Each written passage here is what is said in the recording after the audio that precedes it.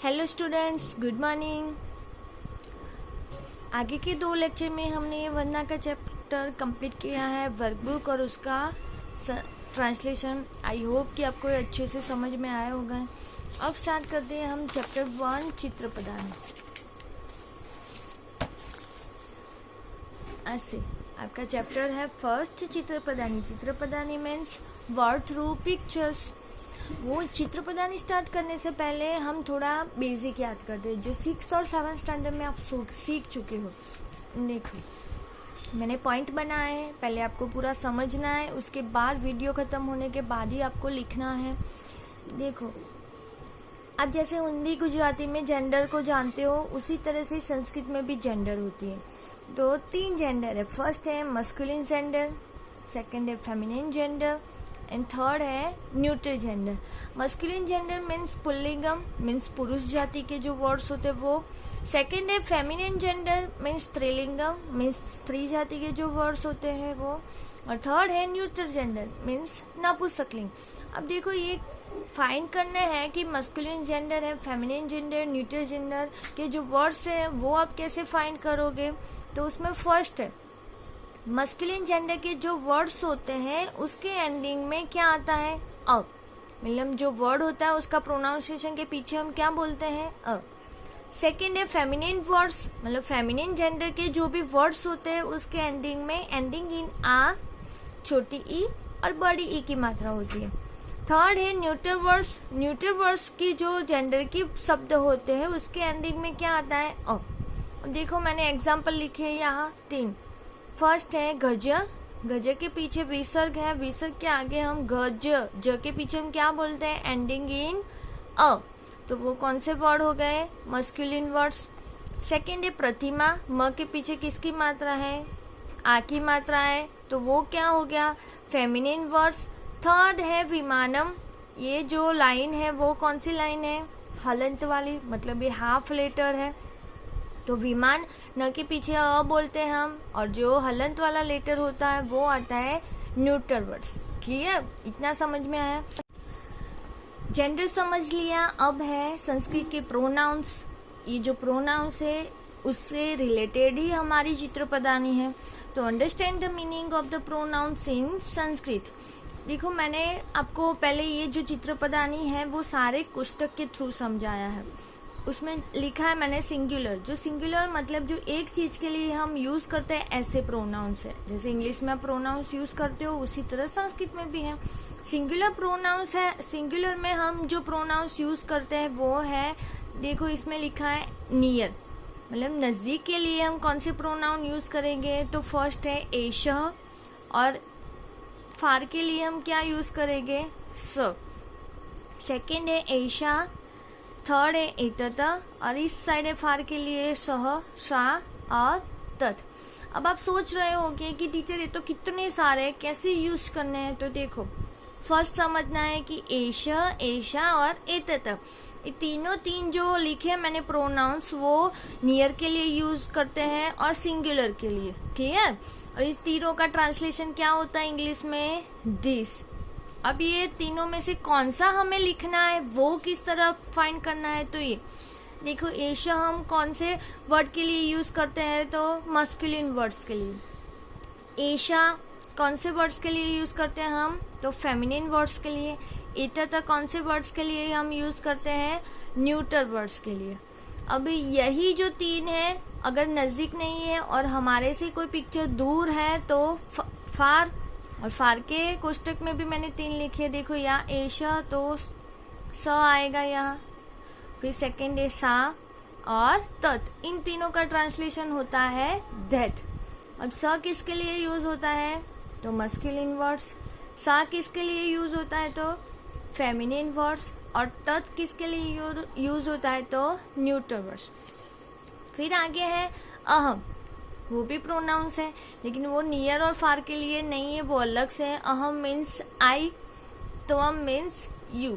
अब इसमें देखो मैंने मस्कुलिन, फेमिनिन एंड न्यूट्रल ऐसा कुछ लिखा नहीं है क्योंकि अहम एंड त्वम are used for used for all three gender, मतलब तीनों तीन जो हमारी जेंडर है, पुल्लिंग, स्त्रीलिंग और नपुंसकलिंग, वो तीनों तीन जेंडर के लिए हम अहम और त्वम यूज कर सकते हैं। क्लियर हो गया ये? अब का स्टार्ट करते हैं हम चित्रपदानी। अब देखो चित्रपदानी 1 मैंने बताया उस तरह से, एशा और स सिंगुलर है। देखो हमारे सामने कितनी चीज है, एक ही चीज है। एशा हम किसके लिए यूज करते हैं, तो मस्कुलिन वर्ड्स के लिए यूज करते हैं। मस्कुलिन वर्ड्स में देखो फर्स्ट पिक्चर बताया है एशा शुक, तो एशा मीन्स क्या होगा, दिस, शुक मीन्स पैरोट, तो आपको ट्रांसलेशन करना है दिस इज अ पैरोट। और यही चीज अगर शुक अगर दूर है, यहाँ शुक नहीं बताया लेकिन क्या बताया है, मयूर। कहाँ है वो, गर्ल से बहुत दूर है, मतलब फार है, तो आप क्या यूज करोगे, स।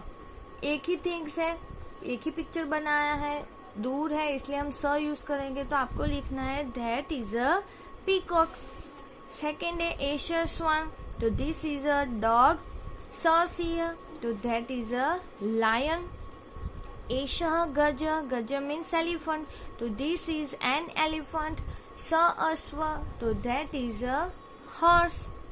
समझ में आया कि मस्कुलिन वर्ड्स के लिए क्या यूज करते हैं, एशा।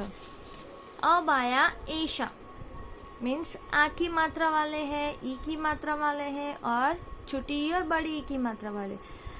नियर के लिए एशा और फार के लिए सा। तो देखो फर्स्ट दिया है एशा बालिका, means this is a girl. सा प्रतिमा means that is a statue. एशा उत्पीठिका, तो दिस इज अ टेबल। सा संचिका, तो दैट इज अ फाइल।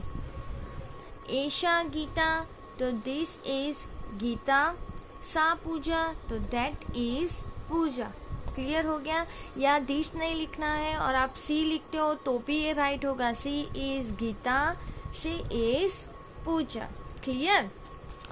अब आगे है एतत और तत्। एतत मीन्स दिस, तत् मीन्स दैट। देखो एतत और तत् किसके लिए यूज करते हैं, तो जो न्यूट्रल जेंडर के जो भी वर्ड्स होते हैं उसके लिए हम एतत और तत् यूज करेंगे। अब मैंने आगे समझाया है कि न्यूट्रल वर्ड्स कैसे फाइंड करना है। आप समझ गए होंगे कि हलंत वाला म हो और आगे अ का एंडिंग हो, तो हम ये न्यूट्रल वर्ड समझेंगे। फर्स्ट है एतत वातायनम, means this is a window. तत् द्वारम, तो दैट इज अ डोर। आगे है एतत पुस्तकम, means this is a book. आगे है तत् चित्रम, means that is a picture. एतत बस यानम, means this is a bus. तत् विमानम, means that is an aeroplane. अब आगे है अहम और त्वम। हमने आगे देखा कि अहम और त्वम जो है, जो दो प्रोनाउंस है, वो प्रोनाउंस हम किसके लिए यूज करते हैं, अहम अपने लिए यूज करते हैं, त्वम हम कोई दूसरे पर्सन को हम किसी को दिखा रहे हैं, उसके बारे में बोल रहे हैं, तो हम ये त्वम का यूज करेंगे, लेकिन सिंगुलर में होना चाहिए। अहम मीन्स आई और त्वम मीन्स यू। तो समझो, देखो अहम शिक्षकम, और याद रखना कि अहम और त्वम ये जो दो वर्ड है, जो प्रोनाउंस है, वो हम तीनों तीन जेंडर में यूज कर सकते हैं। अहम शिक्षक means I am a teacher. त्वम छात्र means you are a student. अहम बालिका means I am a girl. त्वम बालक means you are a boy. अहम युवक, यहाँ लिखना है आपको I am a young man. त्वम युवती, तो you are a young women या तो लेडी। आई होप कि आपको ये चित्रपदानी 1 समझ में आई होगी। ये जो सारे प्रोनाउंस थे वो सिंगुलर के लिए हम यूज करते हैं। आगे के लेक्चर में हम जो प्लूरल के फॉर्म होते हैं, प्लूरल फॉर्म में जो वर्ड्स होंगे उसके बारे में हम समझेंगे। आज के लिए इतना ही। आपको ये सारा जो मैंने समझाया है वो पीडीएफ मैंने भेजी है ग्रुप में, उसमें से देख देख के अच्छे से लिखना है, और इसके जो वर्कबुक में भी इसका जो चैप्टर है वो भी आपको अच्छे से कंप्लीट करना है। Thank you.